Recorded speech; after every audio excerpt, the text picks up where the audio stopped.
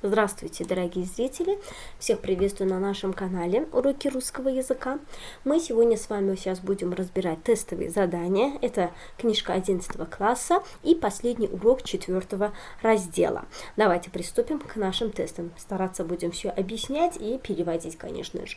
Первый наш тест. Vыберите верный вариant. Salam əziz izləyicilərimiz, xoş gəlmisiniz kanalımıza. Bugün sizinlə testləri həll eləyəcəyik. 11-ci sinifin 4-cü bölməsinin 8-ci dərs, axırıncı dərsidir. Və bir-bir başlayırıq testlərimizi eləməyə.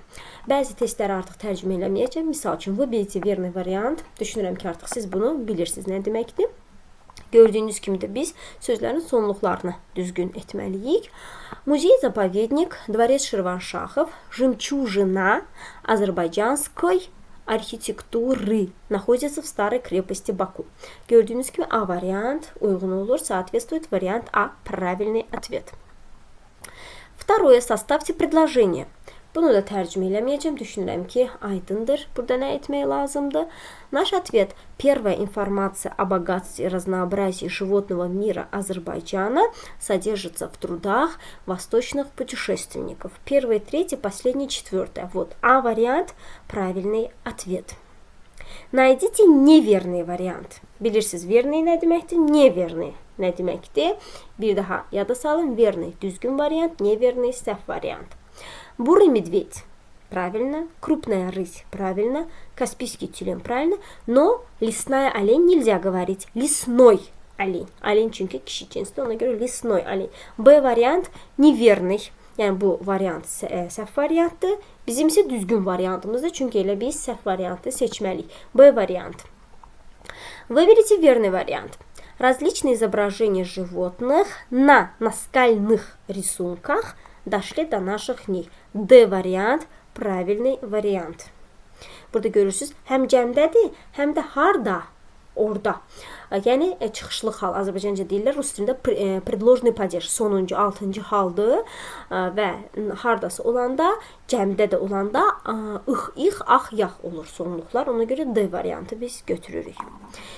Пятый тест. Выберите верный вариант. Первые сведения о фауне Азербайджана появляются с 17 века в связи с прибытием.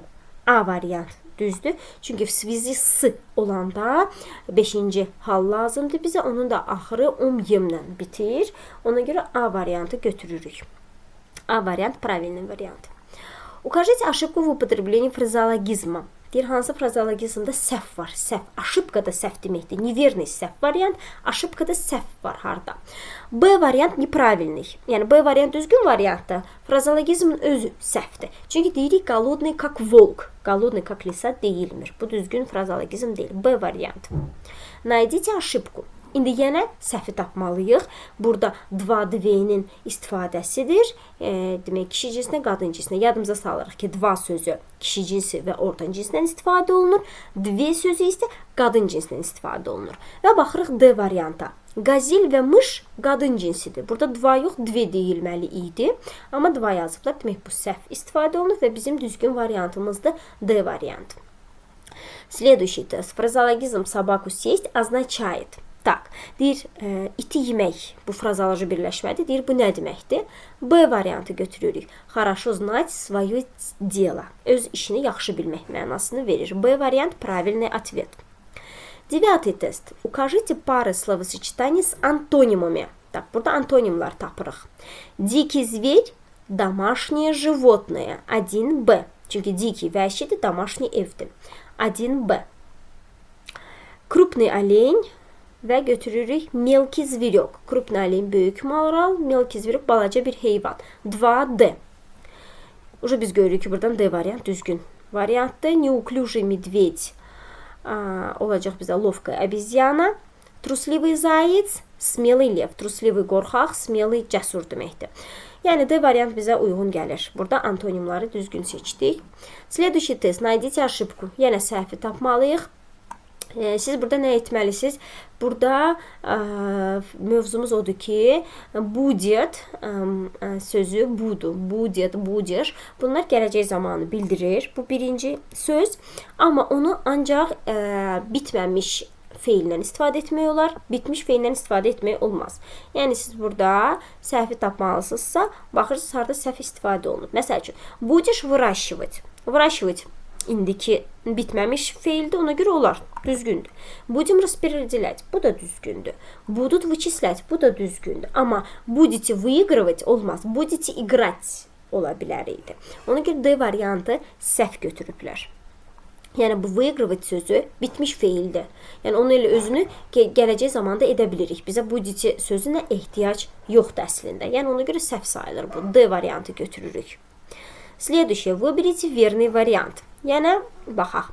С древних времен природа служит человеку, является источником его жизни. D вариант. Правильное. Так, выберите верный вариант. На юго-западе от современного Баку у Каспийского моря находится район Губустан. Здесь на огромных просторах паслись многочисленные стада животных. Burada qoşmaları düzgün eləməli idik.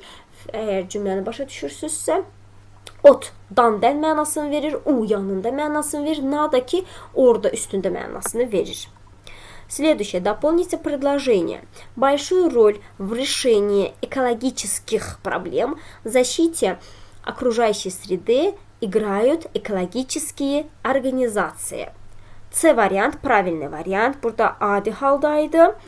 Ona görə adi başlanğıc formasını götürür. Burada isə cəmdə idi və V var idi. Ona görə ix götürülür. Həmişə çox vaxt cəmdə. C variantı düzgün variantdır. На какие вопросы отвечают выделенные в предложениях слова? Так, bu qara ilə yazılmış sözlər hansı suallara cavab verirlər? Feilə baxırıq, hansı şəxsdədir və hansı zamandadır? Доказывают, что делают. Görürsünüz, ют. Ну, burada D variant getdi. S getdi, çünki bu bitməmiş formadır. A, C qalır. Və говорят, yəni, что делают. Bunlar ikisi də что делают. A variant правильный variant. Çünki ikisi də bitməmiş formadır. İkisi də indiki zamandır. Və ikisi də cəmdədir. Üçüncü şəxsin cəmindədir. A variant правильный variant. Выберите верный вариант. Если надо что-то запомнить, то употребляется фразеологизм. Deyir, əgər nəyisə yadda saxlamaq lazımsa, frazeoloji birləşmə işlənilir. Hansı? A variant. Зарубить на носу. Azərbaycan dilində elə bir ki, qulağına sırğa eləmək kimi bir mənada, amma rus dilində зарубить на носу mənası gedir. A variant. Düzgün cavabımızdır. Теперь текст. Прочитайте текст, выполните задание 16-20. İndi bizdə mətnə uyğun tapşırıqlar var. Birinci mətnimizi oxuyaq.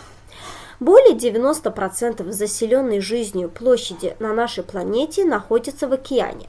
Океан является домом и для самого большого животного, а также, вероятно, крупнейшего из всех животных, когда-либо обитавших на Земле. Это синий кит. Некоторые особенности синего кита весят почти 200 тонн. Это вдвое больше веса самого крупного динозавра. Длина кита достигает 30 метров. От головы до хвоста этого гиганта можно выстроить 6 легковых автомобилей. А если представить себе огромные весы, то синего кита не могут перетянуть и 30 автобусов. Целый автобусный парк. Синий кит питается крошечными растениями и животными, плавающими в верхних слоях океана. Он совершенно безобиден и не опасен для человека. Tərcüməsinə baxaq, deyir ki, həyat bütün planetimizdəki olan ərazisinin, yaşayış yerinin 90%-dən çoxunu okeana olur, okeana düşür. Okean çox böyük heyvanların həmçinin də evidir, həmçinin də heyvanlardan ən böyüsü olan, hansı ki yer kürəsində var, bu balinadır, göy balinadır. Bəzi balinaların demək çəkisi 200 tona yaxındır. Bu demək olar ki, ən böyük dinozavrdan da 2 dəfəyə çoxdur bu çəki. Balinanın uzunluğu 30 metrə çatır. Başından quyruğuna kimi, bu gigant kimi olan bir heyvanın demək olar ki 6 dənə yüngül, balaca avtomobil maşın yerli düzmək olar. Əgər bunu belə fikirləşsək isə, hətta bu balinanı 30 dənə avtobus belə dartıb tərpədə bilməzlər. Yəni demək olar ki, avtobus parkı. Balina demək balaca bitkilərlə də, heyvanlarla da qidalanır, hansı ki okeanın yuxarı hissələrində demək yaşayırlar, məskən salıblar. O insan üçün demək olar ki, yəni incitmir heç nəyi və insan üçün o təhlükəli deyil. Теперь тест. Слово обитавших в тексте является синонимом слова. Bu обитавших sözü burada hansı sözün sinonimidir? Burada живших, yaşamaq, обитать, məskən salmaq, жить, yaşamaq mənası ilə sinonimdir. D variant, правильный вариант. С каким словом nельзя употребить слово kit? Hansı sözlə balina, kit sözünü istifadə etmək olmaz. Hamısı ilə olar, amma xrupki belə narın, incə, belə dəyirsən, qırılır, tökülür. O şeylərə istifadə edirik xrupki sözünü. Ona görə kit sözünə uyğun deyil. C variant. Укажите неверное утверждение. İndi səhv olan cümləni tapırıq. Океан является домом для самого крупного животного синего кита. Правильно. Синий кит, как и динозавр, весит 200 тонн. Синий кит не представляет опасности для человека. Длина синего кита может быть равнее длине 6 автомобилей. Так, B variant səhvdir. Niyə? Çünki dinozavr kimi balina 200 tondur. Amma orada demişdi dinozavrdan 2 qat çoxdur. B variant неправильный. Составьте предложение. İndi cümlə qurmalıyıq biz burada. Значит, burada olacaq вес 4. Вес синего кита 4, 2, 7 mütləq olmalıdır. A variant düzgün olacaq. Вес синего кита равен весу примерно 30 автобусов. A variant правильный вариант. Выберите верный вариант. İndi isə düzgün variantı seçirik. Вес синего кита вдвое превышает вес динозавра. Синий кит питается растительными животными, плавающими глубоко в океане. Неправильно. В океане живут около 90% всех живых существ на планете. Неправильно. Синий кит одно из крупнейших животных на Земле. Burada A variant düzdür. Digər variantlarda çox oxşayırlar düzgün varianta, amma diqqətli olun. Məsəl üçün burada deyir ki, sini kit ən böyük heyvanlardan biridir dünyada. Amma ən böyük heyvan idi. Məsəl üçün bu bir sözlə bizi biraz çaşdırmağa çalışırlar. Ona görə diqqətli olun. A variant правильный variant. Теперь mətndən qurtardı. İndi açıq tipli suallar eləyirik. Укажите слова с отрицательным значением. Sözləri göstərməli, hansını ki mənfi mənaları var. Например, безразличный 2, бессердечный 4 и бездарный 7. 2, 4, 7. Bunlar безразличный, yəni vecnə olmayan, bessirceçli, ürəksiz, bizdarni də biraz savadsız aslında. 2, 4, 7. Bax, bunlar mənfi mənadadırlar. На вопрос, что делает, отвечают слова. İndi что делает, üçüncü şəxsin təkində, indiki zamanda bitməmiş formadakı olan feilləri istifadə etməliyik. Yəni bu sualla və onları tapmalıyıq. Раскроет, bu yox, gələcək zamandır. Привыкает, düzdür, 2. Производит. Так, производит, то uyğundur 2, 3, закроет yox, gələcək zamandır. Прибавляет 5, купит yox, gələcəkdə, обрадует gələcəkdə, рассуждает 8. Значит, 2, 3, 5, 8. 23 тест. Укажите глагол в будущем времени. Будущее время gələcək zamanda. Приплывает, нет. Откроется, bu gələcəkdə 2, рассуждает yox.